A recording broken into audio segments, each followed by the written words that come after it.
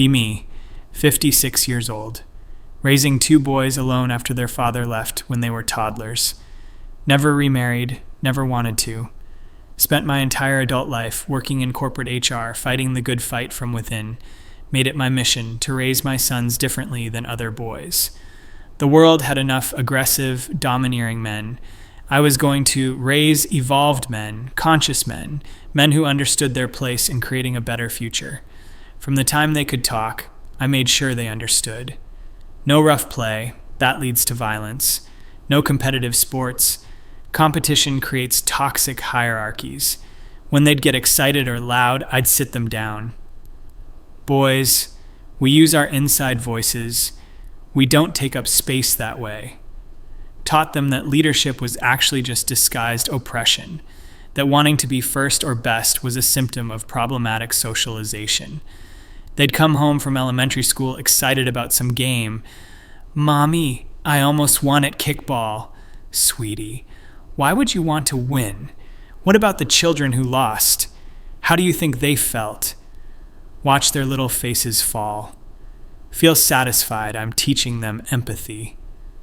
When Marcus, my oldest, got into a fight in 3rd grade because some kid pushed him, picked him up from the principal's office, he's crying, saying the other boy started it. Marcus, you have more responsibility than other boys. You need to be better. Fighting is never okay. You should have walked away. But Mom, he pushed me first. And you should have apologized for being in his way. Grounded him for 2 weeks. The other boy got 3 days. Didn't care, my son needed to learn. His younger brother Devin saw that. Learned the lesson too. They both learned. No video games with guns or fighting. No action movies. When they wanted to watch something, I'd preview it first. Too much male aggression, not allowed. Their bedroom was a safe space. Neutral colors, educational toys, books about feelings. When other boys came over and wanted to play differently, I'd intervene. In this house, we don't play war. In this house, we don't pretend to fight. Eventually, other boys stopped coming over. Told myself those boys weren't good influences anyway. Their mothers were raising them wrong, feeding them violence. My boys would be different, better. Middle school, both of them struggled socially. Marcus came home one day excited. Mom, I joined the debate team. My heart sank. Sweetie, debate is just intellectual combat. It's about dominating someone else's ideas. That's not healthy. But I like it. I'm good at arguing my points. That's exactly the problem, honey. Why do you need to argue? Why can't you just listen and validate? Made him quit. He didn't talk to me for a week. Eventually, he apologized like I taught him. I'm sorry for being difficult, Mom. Devin wanted to try out for basketball. Absolutely not. Sports culture is rape culture, honey. Do you want to be part of that? He's 13 years old, doesn't even know what I mean, but he drops it. High school, I made sure they took all the right classes, enrolled them in a feminist literature course I found, made them read the books I'd read, the ones that opened my eyes. Every dinner, we'd talk about dismantling patriarchy. Boys, what did you do today to make space for women's voices? They'd struggle to answer. I let Sarah answer first in history class. Good, Devin. That's good. And you, Marcus? I don't know, Mom. I just went to class. You need to be more conscious. Every interaction is an opportunity to do better. They'd nod, eat quietly. Neither of them dated in high school. Told myself it was fine, they were focused on education. Plus, teenage relationships were often exploitative. Better they learned to see women as full humans first.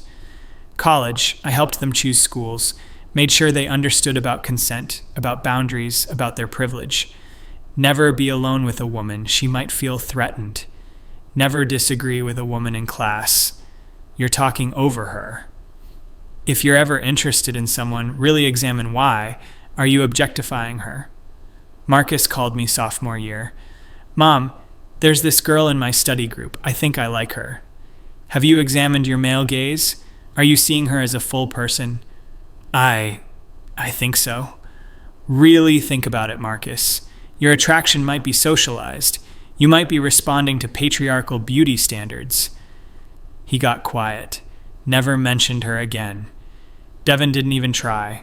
Remembered him once, junior year, saying something. I don't even know how to talk to women, Mom. I'm too worried I'll do something wrong. That's good, honey. That fear means you're aware. That awareness will protect them from you. Looking back, maybe that was the wrong thing to say. But I meant well. They both graduated, neither with particularly remarkable results. Marcus had a degree in sociology, Devin in library science, both safe, helping fields. The job market was tough for them. Marcus got an interview at a nonprofit, came back devastated. The interviewer was a woman. I wanted to let her lead the conversation, didn't want to dominate the space. Good, that's respectful. Mom. She said I seemed uninterested and passive. She's internalized patriarchal expectations of male behavior. I didn't get the job. There will be others. But there weren't. Interview after interview, same story. Too passive. No initiative. Lacks confidence. Devin couldn't even get interviews. His applications went nowhere. I helped him rewrite his resume to emphasize his sensitivity and emotional intelligence. HR departments never called back. They both moved back home. Told myself it was temporary. The economy was bad, that's all. They were good boys, good men. Someone would see their value. But months turned into years. Marcus is in his old bedroom, hasn't worked in 6 years. Devin never really left, tried a few part-time things that didn't stick. They're both 30 now. 30. Last week, I suggested Marcus apply for a management position I saw posted. Mom, managing people means having authority over them. You told me hierarchy was oppression. Well, yes, but in a workplace, which is it? Is authority bad or not? Didn't have an answer. Devin won't leave the house anymore. Orders everything online. I asked him why he doesn't go out, meet people. Meet people where, Mom? You told me men in groups become mobs.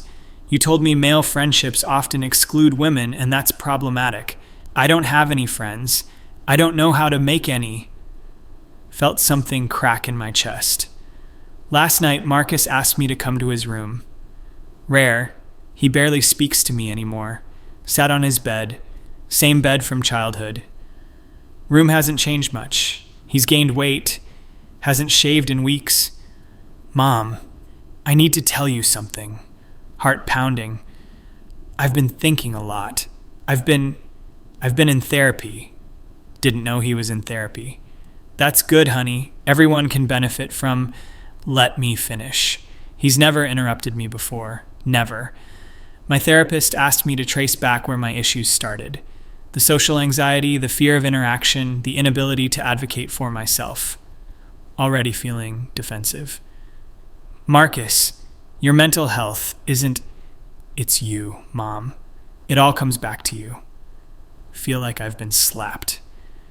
Everything you taught me, everything you made me believe about myself, that I was inherently threatening, that my maleness was something to apologize for, that wanting things was selfish, that asserting myself was violence. I was teaching you to be respectful, to be... You were teaching me to hate myself.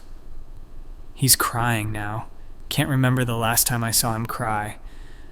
I can't get a job because I can't advocate for myself in interviews. I can't make friends because I'm terrified of taking up space. I've never had a relationship because you taught me that my attraction to women was predatory. That's not what I... Yes, it is, Mom. That's exactly what you taught me. Devin and I have talked about it. He feels the same way. Devin appears in the doorway. Both my boys, both 30, both looking at me with something like anger. No, not anger. Worse. Disappointment. Devin speaks, voice quiet. I saw a woman at the grocery store last month. She was struggling with her bags. I wanted to help, but I froze. I stood there and watched her struggle because you taught me that offering help was assuming she was weak. I taught you to respect. No, Mom. You taught us that we were the problem, that we, as males, were inherently flawed. Do you know what that does to a kid? To grow up believing you're defective just for existing? Try to respond, but Marcus keeps going. I'm 30 years old. I've never had a job that lasted more than 4 months. I've never been on a date. I have no friends. I live in my childhood bedroom. And it's your fault. Those words. Your fault. I did everything out of love. I was trying to raise you better than what? Better than functional? Better than employed? Better than able to have relationships? Devin sits on the floor, back against the wall. There was this guy at the library years ago when I volunteered there. He kept trying to be my friend, invited me to stuff. I always said no. Why? Because you told me male friendships often excluded women, and that was problematic. He eventually stopped asking. I could have had a friend, Mom. Maybe more friends through him. But your voice was in my head. This isn't how it was supposed to go. They were supposed to be the good ones. The ones who understood, who were part of the solution. You taught us to defer to women in all situations, Marcus says. I was teaching you respect. No, you were teaching us we had no value. At work, I'd let everyone else speak first, never put forward my own ideas, always apologized when there was any conflict, even if it wasn't my fault. Do you know what happened? Shake my head. I got walked over by everyone, men and women, because that's what happens to people who won't stand up for themselves. The world doesn't reward self-erasure, Mom. It punishes it. Remember teaching them exactly that. Always apologize. Always defer. Your voice takes up too much space. Devin speaks again. I went on one date, 5 years ago. A woman from an online forum. Never knew this. She seemed nice in messages. We met for coffee. I let her choose the place, the time, everything. I asked her questions and just listened. I was so careful not to dominate the conversation. That sounds lovely. She told her friend I was boring, that I had no personality, that I seemed like I didn't even want to be there. Silence. I wanted to be there, Mom. I just didn't know how to be there the right way, because what you taught me and what the actual world expects are completely different things. Feel tears coming. I was trying to protect you from becoming what? What were you protecting us from becoming? Successful, happy, functional? Marcus stands up. He's tall. Taller than me. When did that happen? When did my little boy become this defeated man? I talked to Dad. Haven't heard them mention their father in years. Taught them he was a cautionary tale. Toxic masculinity incarnate. You what? I found him on social media. We've been talking for a few months. Feel betrayed. He has a life, Mom. A wife. Kids from his second marriage. A business. Friends. He asked about us. I told him about our lives. Do you know what he said? Don't want to know. Need to know. He said you probably meant well, but that it sounds like you crippled us. That's the word he used. Crippled. He has no right to... He asked what I wanted, what I actually wanted. I didn't know how to answer because you taught me that wanting things was male entitlement. Devin stands too, both of them, looking down at me. When did I become small? We're going to stay with Dad for a while. Heart stops. What? He has a guest house. He says we can stay there. He knows some people who might have jobs. He said he's going to teach us what you didn't. I taught you everything you needed to know. No, Mom, Devin says, voice breaking. You didn't. You taught us everything you needed us to know, to validate your beliefs, to be proof of your theories. But you didn't teach us how to be in the world. Marcus moves toward the door. We're leaving tomorrow. You can't. I'm your mother. Everything I did was for you. Devin follows his brother, stops, turns back.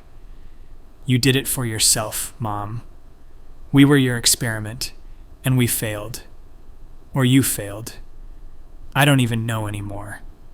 They leave me sitting there, in Marcus's room, surrounded by all the careful choices I made, the neutral colors, the educational posters about emotions, the bookshelf full of the right books.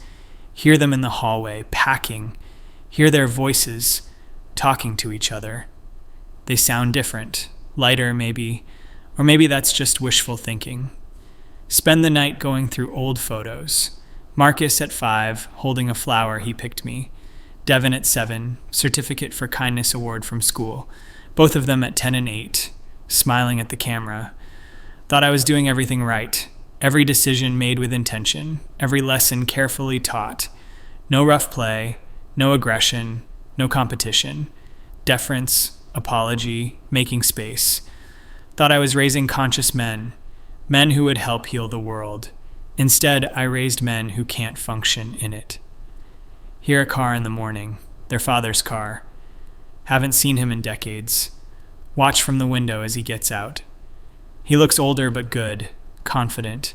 He hugs them both, real hugs, helps them load boxes into his truck. They're laughing about something. Laughing. When did I last hear them laugh? He glances at the house, can't see me through the window. But I can see him, see what I tried to teach them he wasn't.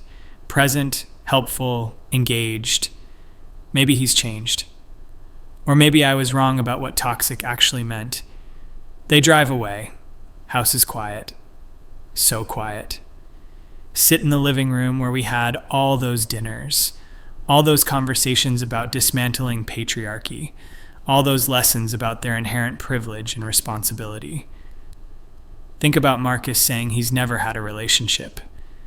Devin saying he has no friends. Both of them saying, it's my fault. Want to defend myself. Want to say society failed them, not me. Want to say the world is wrong, not my teachings. But they're 30 years old, unemployed, isolated, unable to function, and happy to leave, happy to go to their father. The one I taught them was the problem. Maybe I was the problem. Maybe feminism was supposed to be about equality, not whatever I turned it into. Maybe I mistook breaking down for building up. Maybe I confused awareness with paralysis. Maybe good intentions aren't enough. Sit alone in the quiet. House. The house where I raised good boys. Good, broken, non-functional boys. Men now. Men who blame me. And I don't know anymore if they're wrong. Check my phone. Text from Marcus. We made it to Dad's. Devin and I are okay. We need space. We'll contact you when we're ready. Please respect that. Please respect that. My own words, used on me. Set boundaries. Respect boundaries. Funny how it feels different from this side. Type and delete a dozen responses. Finally, just send. Okay. Because what else is there to say? Sorry I ruined your lives with my love. Sorry I cared so much about making you good that I forgot to make you whole. Sorry I was so sure I was right. Don't send any of that. Just okay. House is so quiet, so empty. Spent 30 years filling it with the right lessons, the right values, the right worldview, and ended up with 2 sons who can't wait to leave. Sit in the silence, and finally, wonder if I was wrong about everything. Wonder if the man who left us all those years ago, the one I taught them to see as the enemy, might actually save them from what I made them. Wonder if that makes him the hero, and me. Don't want to finish that thought, but it finishes itself anyway, in the empty house, in the quiet, with my good intentions, and my broken boys, my 30-year-old broken boys, who finally got smart enough to leave.